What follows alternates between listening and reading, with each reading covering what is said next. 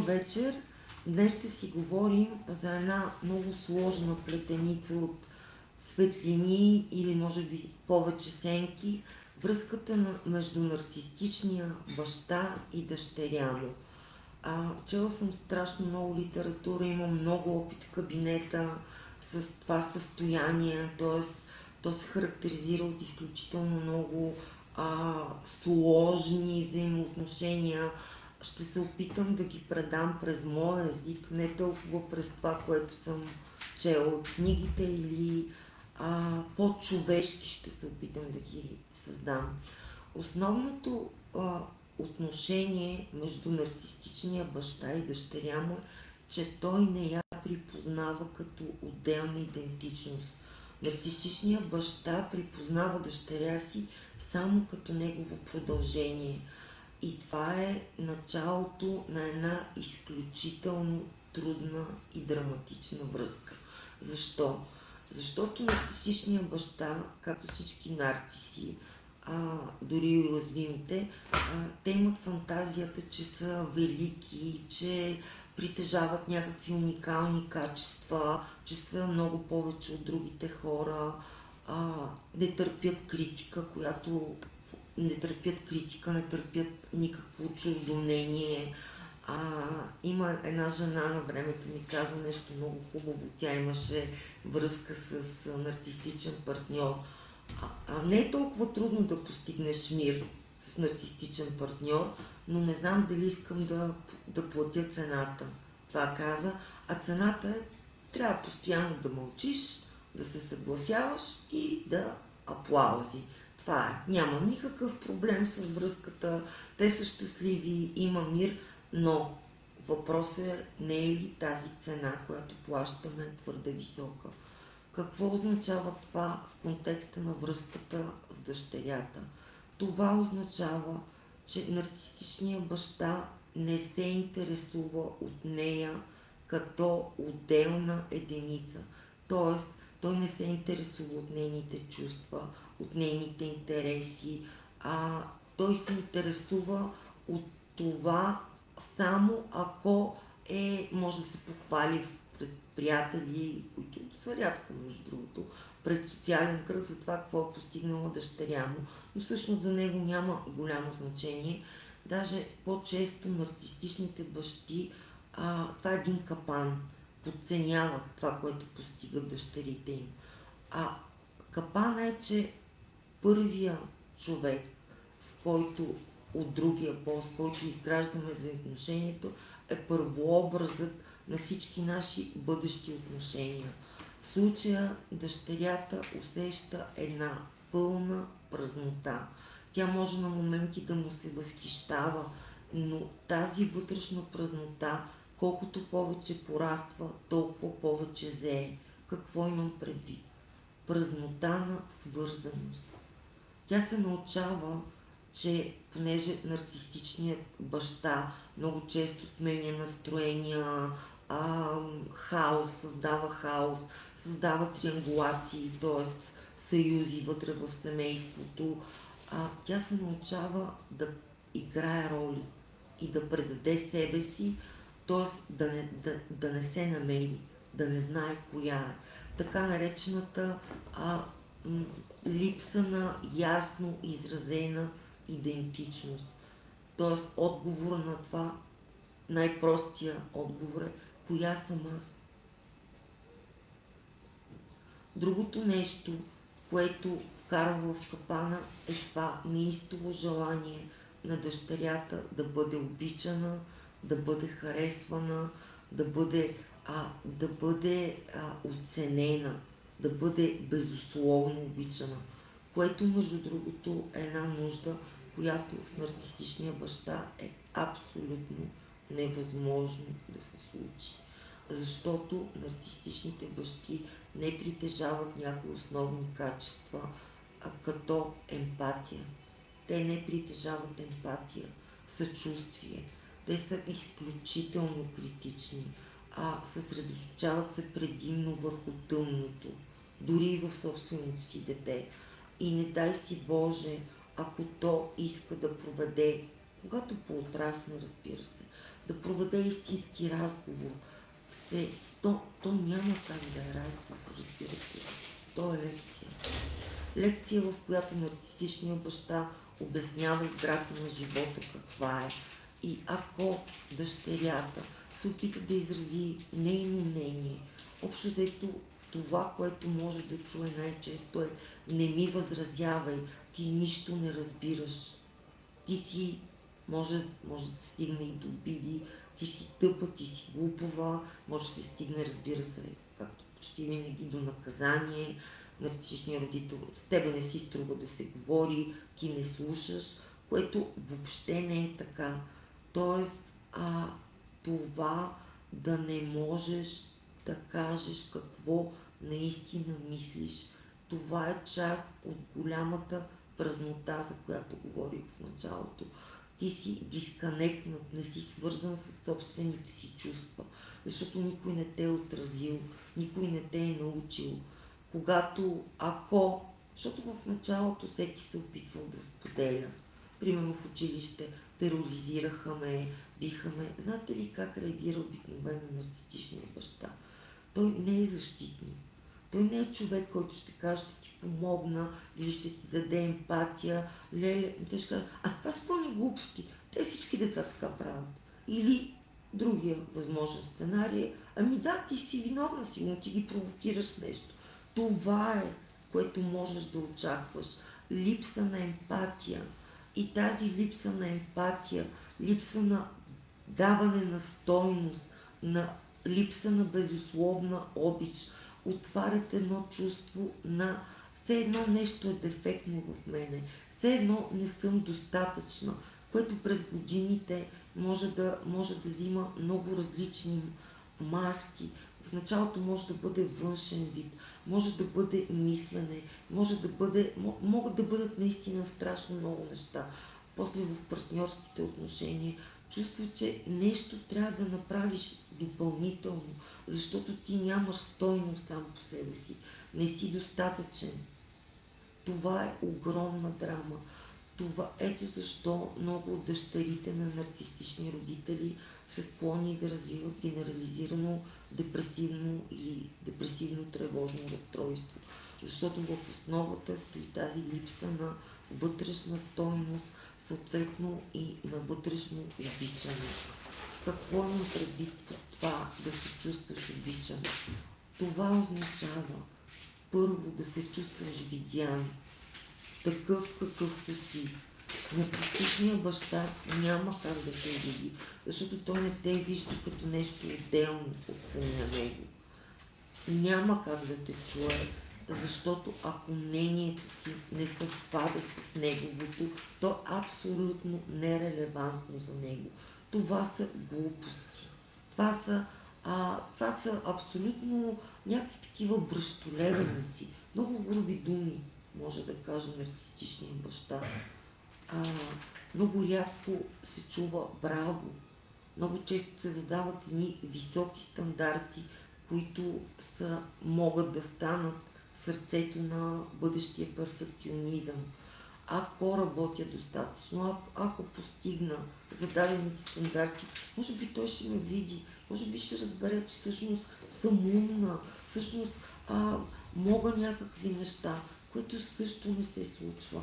Нарцистичният баща не признава постиженията, на някакво ниво, може би по-скоро даже наистина несъзнателно, той се конкурира. Ако дъщеря му, примерно, спечели някаква награда или конкурс, той може да каже: тази година нивата на конкурсите са спаднали, а не: браво, моето момиче, обичам те, браво, гордея се с тебе. Това са думи, които нарцистичният баща, т.е. дъщеря му, никога не чува. Тя не знае какво е някой да е горд баща и да е горд с нея, с нейните успехи. Съответно, тя с времето интернализира този постоянен вътрешен критик, който казва: грешиш, нямаш постоянно серия от грешки, пак поредната грешка. И другото, което е много страшно за депресивните състояния и тревожността, тя интернализира липсата на съчувствие към себе си.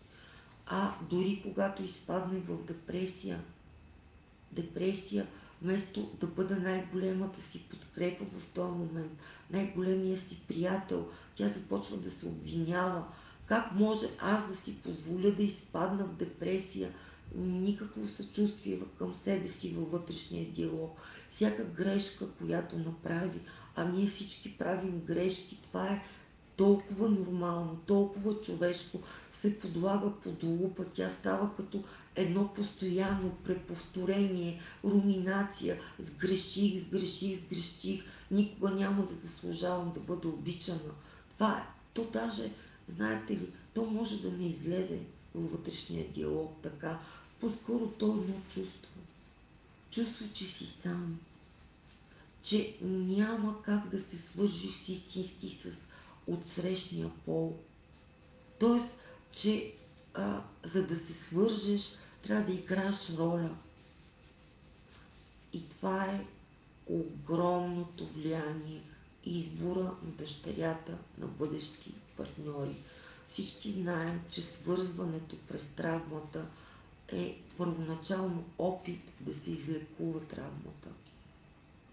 Тоест, когато едно момиче, защото всички ние подсъзнателно избираме първообраза, колкото и да ни се струва, че и колкото и да сме си обещавали, че то е различно, а първообраза за момичето е бащата.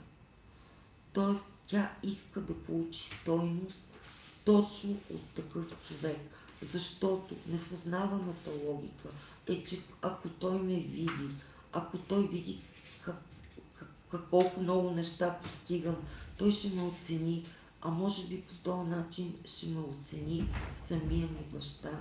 Няма такова нещо. И това прави обикновено дъщерите развиват два стила на привързаност. Единия е избягващия стил, т.е. несъзнателно при тях обич, любов и болка и травма са свързани. Те страшно трудно влизат, имат нужда от любов, но им е страшно трудно да направят engagement, да се обвържат дълбоко, защото страшно много ги е страх от това, че връзката изисква разкриване. Защото все пак, ако имат приятелки, те се чували, споделих за това, а за тях разкриването е свързано предимно с унижение. Дори на най-трудните неща. Ами ти какво искаш? Ти сама си го направи. Кой ти е виновен? Другия стил, който много често се развиват, това е Аяна, между другото, синовено куче, ако може да я виждате така от време на време зад мене. Другото нещо е така наречената несигурна привързаност. Тоест, постоянно нужда от потвърждение, обсесивност, за това, че е обичана, за това, че няма да я изоставят. Имала си клиенти, които всеки ден от точно дъщери на нарцисични баща, които всеки ден чувстват още със събуждането. Може би днеска е деня, в който той ще ме остави. Може би днеска, може би днеска. Защо? Поради две причини. Първо, че още в ранното детство те развиват по-зависими отношения. Какво значи това? Това значи, че на някакво ниво те очакват от партньора или да ги спаси, или те да го спасят. Едно от двете. И изискват страхотно много потвърждение и в същото време играят роля, режат много важни части от себе си. Тоест, могат да режат, ако имат паникатаки, могат много дълго време да не могат да споделят с партньора си, защото те не очакват разбиране, даже не очакват съчувствие, не очакват помощ, по-скоро очакват отхвърляне. Това ми взима от цената, която всячески се опитвам да трупам през постижение, през игране на роли, през съгласие. И това е много страшно. Да се опитваш да имаш толкова много лица, да си като хамелеон, който да се опитва да се нагажда към всеки един човек, който общува, така, че да се опита да бъде харесван. Защото дъщерите на нарцистични бащи имат много, много дълъг път да извървят, докато стигнат до стабилна вътрешна самооценка, която не се нуждае от външни огледала. До тази самооценка, която казва: аз съм това, което съм. Притежавам тези и тези качества и това е напълно достатъчно. Имам право да живея и да допринасям, защото най-дълбоко в ядрото, в сърцевината на идентичността остава това: аз нямам лична стойност, аз не заслужавам любов. Другото нещо е границите. Дъщерите на нарцистични бащи не знаят какво е здравословна граница. Много дълго време, защото за нас нормално е това, което сме преживели. И ако не е задължително нарцистичния баща да бъде физически насилник, но за нас нормално е, примерно, някой да ни обиди. Даже го приема в един момент на, как да кажа, не толкова лично. Склонни сме много бързо да забравяме, да прощаваме, особено ако, примерно, ние се възхищаваме на таланта или на дарбата, или на постиженията на нашия нарцистичен баща. Кажем, той не го прави нарочно, това е част от любовта. Примерно ти каже: тъп си, каза ми: тъп, какво сега? Това не е вярно, аз, нали?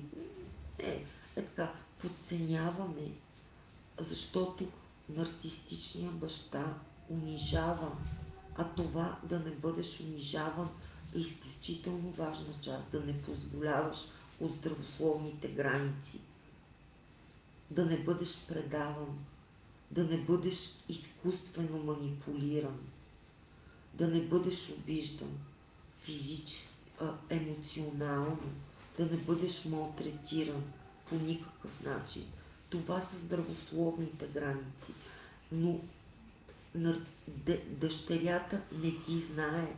Тя не знае кое е нормално, докато, дай Боже, защото аз вярвам, че това не е обречена ситуация. В смисъл, порастването, растежа е възможен и може детето може през годините да претърпи наистина изключително личностна трансформация и да бъде по-намерена от хората, които никога не са се търсили, дори аз са имали сигурна привързаност. Пак ще повторя моя любим цитат от Юм: мъдростта е преодоляна болка. Защото ние можем да научим и какво е здравословна граница. Знаете ли, много пъти съм си мислила какво е спасението от този омагьосан кръг на връзката между нарцистичен баща и дъщеря. И съм стигнала до един извод. Може да не е абсолютна истина. Може да е плод на моите субективни наблюдения. Може да е плод и на личен опит, кой знае. Може да е плод на много неща. Но аз смятам, че изхода е дъщерята да се откаже да търси стойност от баща си и любов. Разбирате ли? Да си даде сметка, и ясна сметка. Може да бъде като крясък в нея. Няма да я получа. Боже Господи, никога няма да бъда. Мога да стана президент на Америка. Пак няма да получа тази любов. И това е абсолютен факт. Да се откаже, ама съвсем съзнателно, изучавайки патърните, работейки психотерапевтично, четейки книги, разпознавайки какво се е случило с нея и една от най-добрите за мен изследователки на нарцисизма в днешно време е Карла Корели, която освен психотерапевт е и адвокат, която безплатно защитава жертви на нарцистично насилие. Защото това, което тя казва е, има толкова много информация вече, има толкова много начини да си помогнеш, ако решиш да си помогнеш. Друг начин обаче, за съжаление, който освен перфекционизма, освен избора на подобен на бащата нарцистичен партньор или unavailable, такъв човек може да се влюби в женен или човек, който няма интерес към нея и да хвърли изключително много усилия да се доказва, защото смята, т.е. чувства, може би чувства, да, че ако успее да се докаже точно на този партньор и той да я заобича, тази дупка, която се усеща вътрешно, може да бъде запълнена.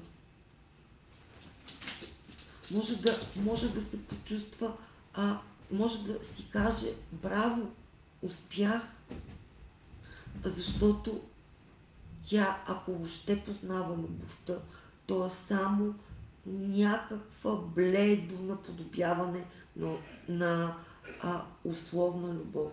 Тоест, ако направиш това, което аз ти казвам, няма да те критикувам. Това имам предвид. Тоест, да не те критикува нарцистичен баща си е цяло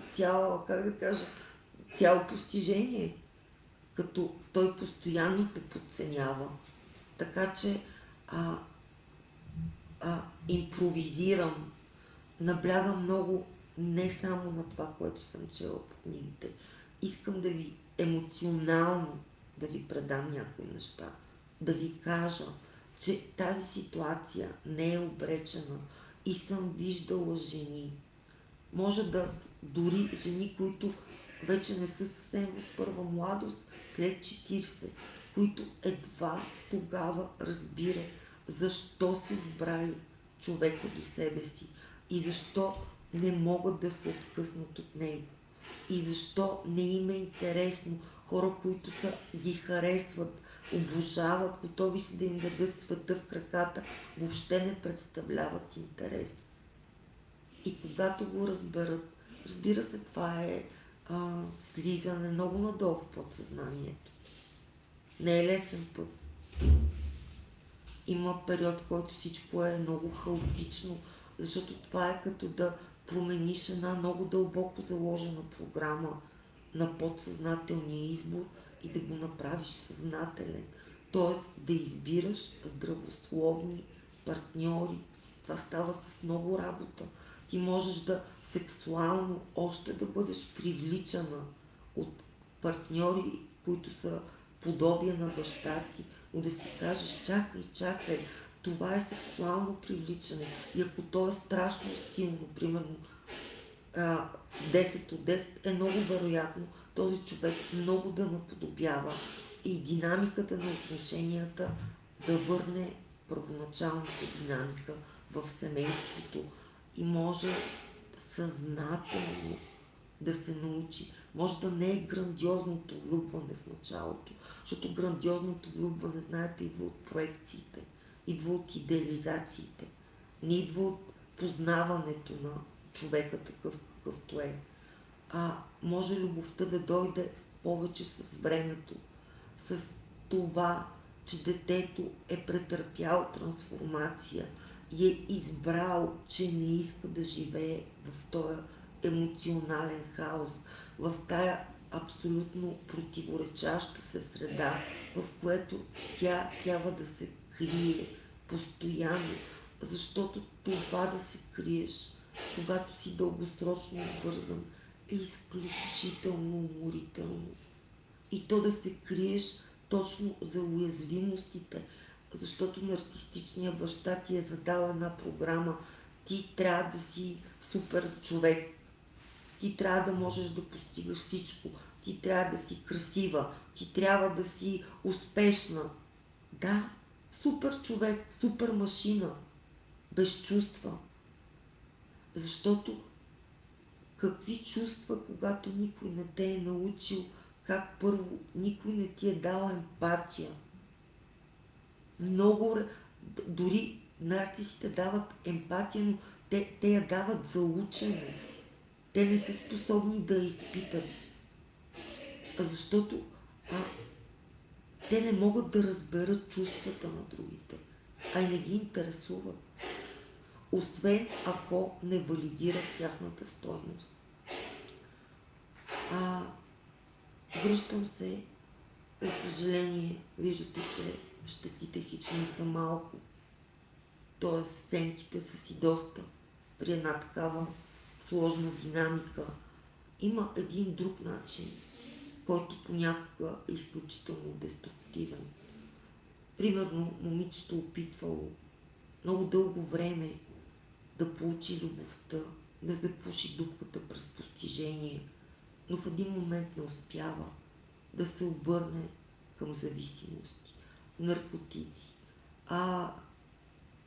хранителни, хора, всякакви видове зависимости и да достигне дъното. Несъзнавано, очаквайки, че когато достигне дъното, може би нарцистичният и баща ще я съжали и ще каже, ето тя е толкова зле, сега ще й дам любов. И това е пътя на немалко дъщери, които избират себеразрушението, но те го избират, знаете ли защо? Те не го избират, защото са лигави. Те го избират, защото да живееш с дупка в сърцето хич не е лесно. И затова, може би, най-мъдрият изследовател на зависимостите в днешни дни, Габор Мате, казва, не защо зависимост, не е това въпроса, а защо болка. Защото зависимостите са опит за пълнене на една огромна зееща празнота, смятайки, че че тя може да бъде запълнена, но тя не може изкуствено да бъде запълнена. Това е голямата илюзия. Но съм виждала и много случаи, примерно на тинейджери, които са попаднали в тия светове, но също да се променят, да разберат, че този път не е в тях и да се върнат към перфекционизма, към това аз ще успея. Зависи какъв е бил нарцистичният баща, ако той самия е бил много умен. Не само в фантазиите си. Или много успешен, не само в фантазиите си, много вероятно е дъщерята да играе през перфекционизма. Аз ще бъда съвършена. Ще правя всичко, което ме развива. Ще спортувам, ще се опитвам да съчетавам, ще търся работа, най-добрата, образование. Ще гладувам, може да се изцеди до степен да стане сянка на себе си. Само и само да бъде перфектна. Защото в нейното несъзнавано само перфектните хора заслужават някой да ги избере, да бъдат обичани, което въобще не е вярно. Първо, няма перфектни хора, това е истината. И това е посланието на изгонването на хората от райската градина. Ние сме хора, имаме своите слабости, всеки един от нас. И илюзията за перфектност проваля страшно много мечти, защото само като си го представиш колко път трябва да извървиш, за да стане перфектно и се отказваш, затова не е толкова важно да бъдем перфектни, а е важно да се движим, да действаме, да се опитваме, да грешим, защото през грешките учим. Това е да бъдем състрадателни. Това са първите уроци на нарцистичната дъщеря. И когато изпадне, защото тези момичета много често изпадат в, така как да кажа, има висока корелация дори между разстройство като бордерлайн, нестабилност на настроението. Един ден може да се чувства много готина, много хубава, много красива, на други ден може да се чувства пълен парцал. Общо взето има едно такова мислене в категориите на всичко или нищо. Или съм 100, или съм 0. А между 0 и 100 или е винаги, или е никога. Защото нарцистичните баща мислят така, в абсолютни категории, а не в човешки категории. Толкова рядко някой е 100%. И не е нужно да бъде 100%, за да има своята стойност и да допринася за цялата тая шарена плетеница от други хора, от светове, за да има стойност, да заслужава. Не. Знаете ли, днеска по едно време дигнах някакъв вирус нормално. Дигнах малко температура и зачетох нещо, което като студентка четох. Червената книга на Юнг. Много малко хора са чели, защото тя сама по себе си е много трудна за четене. Той казва за нея, че това е неговия процес на инициация, т.е. на дълбоко слизане в подсъзнанието и наистина свързване с космическата, автентичната същност, с голямата вселенската любов. И понеже записките му са така, на мене на времето ми сториха много объркани, сега ги виждам даже въобще не толкова объркани, но това е като четеш книги през различните периоди. Има едно нещо, което казва той. Аз съм човекът, който няма име, но има пълната любов още преди да е избрал да се роди. И това все повече, ако щете, все повече психотерапевтични школи се почват да търсят релации с квантовата физика, с това, че има едно пространство, Вселена, която има тя нещо като източник. Тоест ние се раждаме с любов. Дори стойността когато сме се родили, не е нужно да я заслужим, за да бъдем тук на земята. Ние сме тук. С всичкото си. Нарцистичната дъщеря е възможно да се трансформира в тази посока. Но първото е едно голямо стоп. Тоест да разбере, че колкото и да се опитва, каквото и да прави, света да преобърне по всички възможни параметри, през съчувствие, през успехи, през унижение, няма начин, няма как някой, който няма любов за даване, да ти я даде. Няма как, няма начин, човек, който няма емпатия да ти съчувства. Няма как. Разбирате ли? Невъзможно е. Загубена игра, загубена кауза. И осъзнавайки тия неща, момичето минава през много процеси. Има много вътрешен гняв, разбирайки всъщност колко много от нейния свят, проблеми, избори идват от тая начална травматична връзка. Гняв към човека, гняв към себе си. Но важно е този гняв да се изкара навънка, защото иначе той влиза през гняв навътре, през депресия. Аз не мога, аз не съм постигнала достатъчно. А когато ти се чувстваш, че никога не си достатъчен, няма как да постигнеш достатъчно. И още друго, което съм чувала много често от клиенти. Аз имам някаква, знаете ли, равност казват. Постигам големи успехи. Много големи даже за много хора. Ставам директор на корпорация, жена съм. Нали, това. Дори днес днешния свят, на огромни корпорации. Обаче аз не чувствам радост.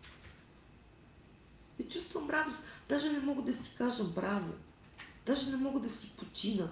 Изпитвам празнина и тази празнина се запълва едва когато си поставя следващата цел, която е още по-голяма. Защото само постиженията, независимо какви са, няма как да напълнят празнота, която е създадена от други дефицити.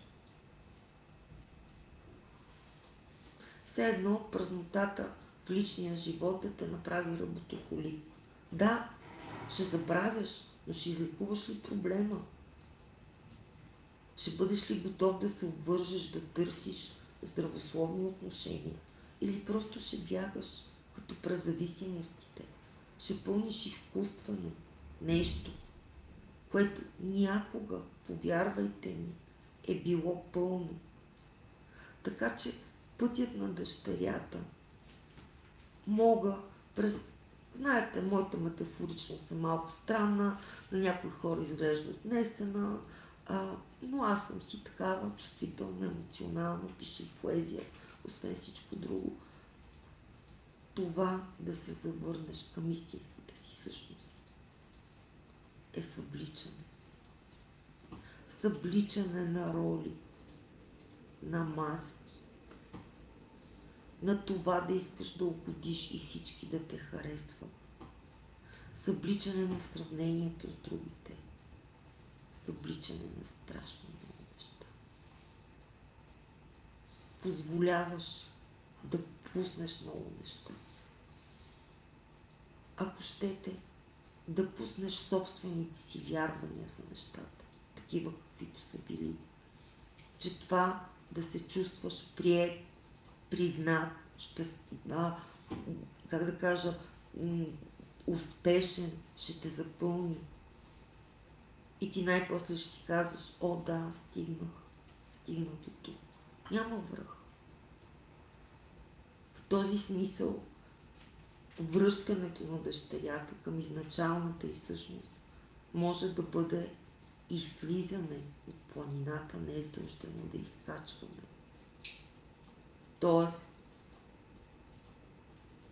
перфекционизма да се понамали, което доста трудно сделка с перфекционист да направиш, защото той смята, че ако направи компромис, вече няма да има такива постижения. И това става едва след като човек започне да се обича. Нещо много магично се случва, ако стигнеш до тая врата. Тоест, не си получил тая любов отвънка, от най-близките хора, не си получил емпатия, цял живот си се бил. Защото нарцистичните дъщери се борят, някои от тях се борят жестоко за всичко. До дупка. И накрая да разбереш. Вчера гледах едно предаване, много готин един подкаст, който бяха поканили ветеран в Втората световна война. И той каза, знаете ли, на 101 години, също един от най-възрастните ветерани. И той каза, знаете ли какво чувствам? Ще го кажа в едно изречение. Че това, за което съм се бил, не си е струвало. Разбирате ли? Може човек да стигне до това осъзнаване, че голяма част от това, което е правил и се е борил, не си е струвало, защото не е било истински негово. Защото когато почнеш, си позволиш да чуеш твоя вътрешен глас, то е червената нишка, която те води към загубения път към себе си.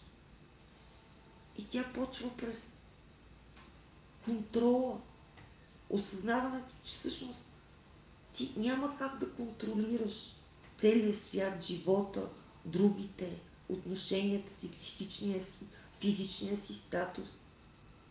А как се доверява човек, на който не му е дадено базисно доверие? Ако използваме терминологията на Ериксън, Защото това е дупка, голяма дупка в артистичните дъщери. Да се довериш на някой. Какво значи това? Какво значи доверието? Че той ще направи най-доброто за теб в този момент.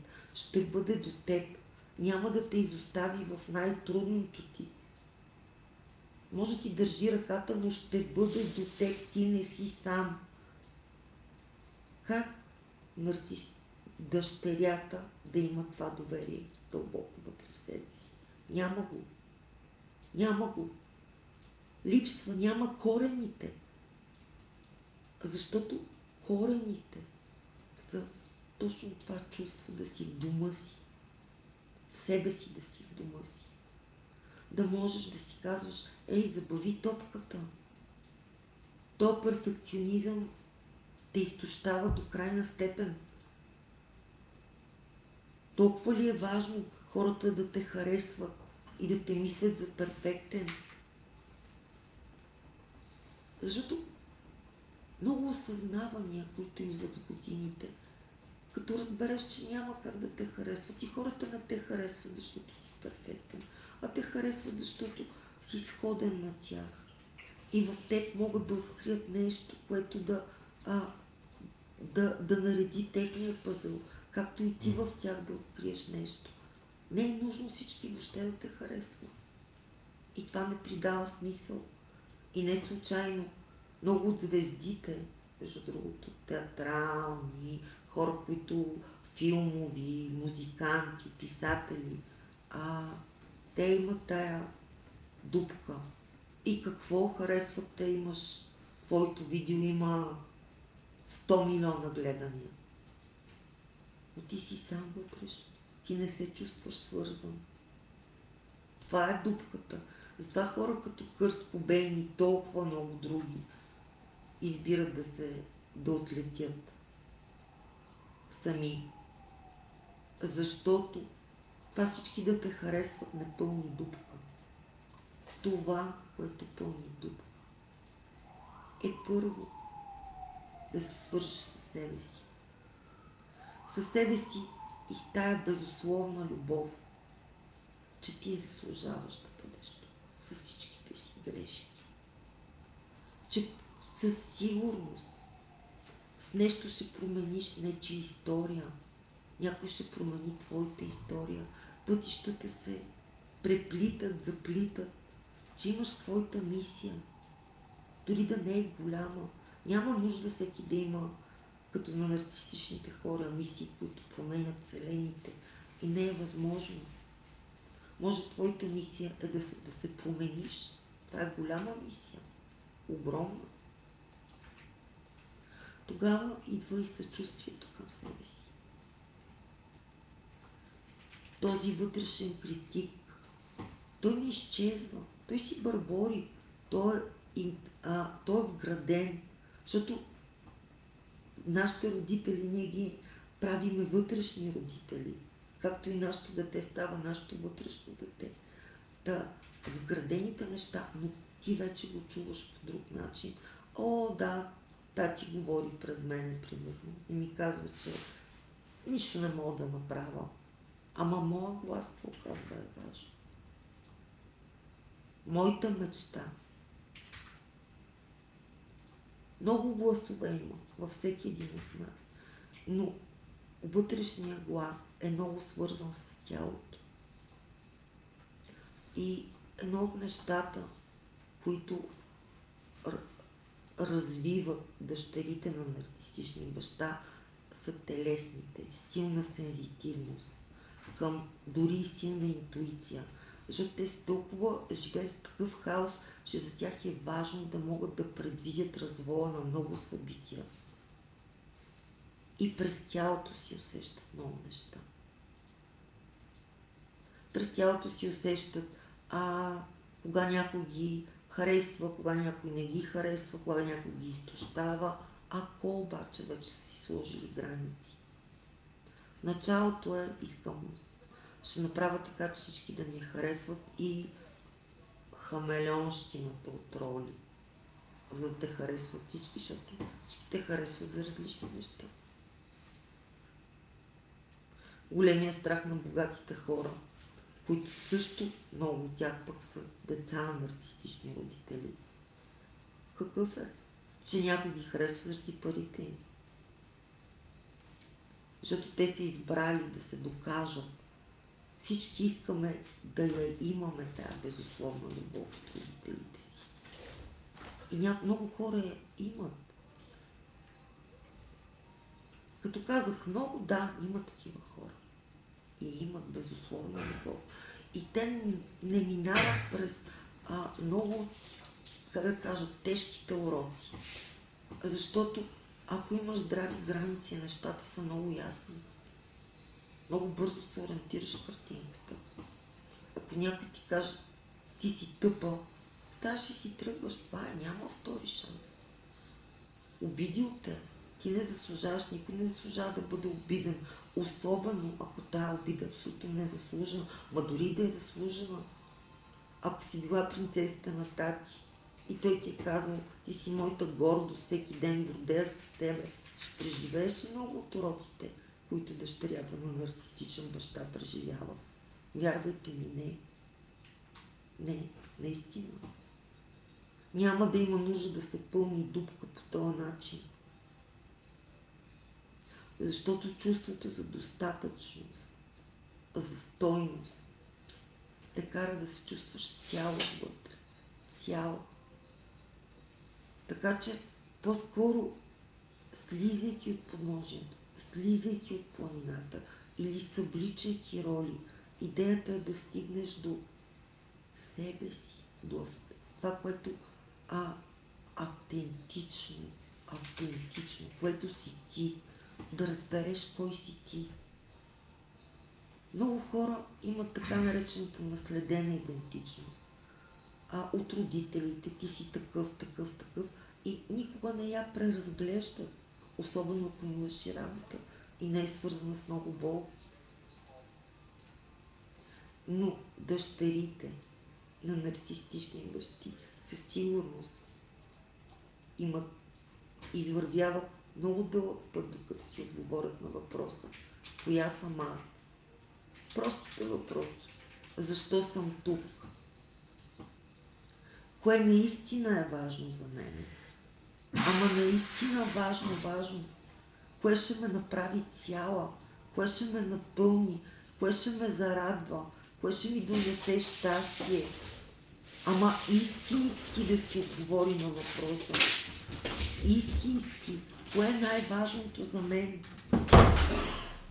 В това мое пътешествие кратко на земята. И много често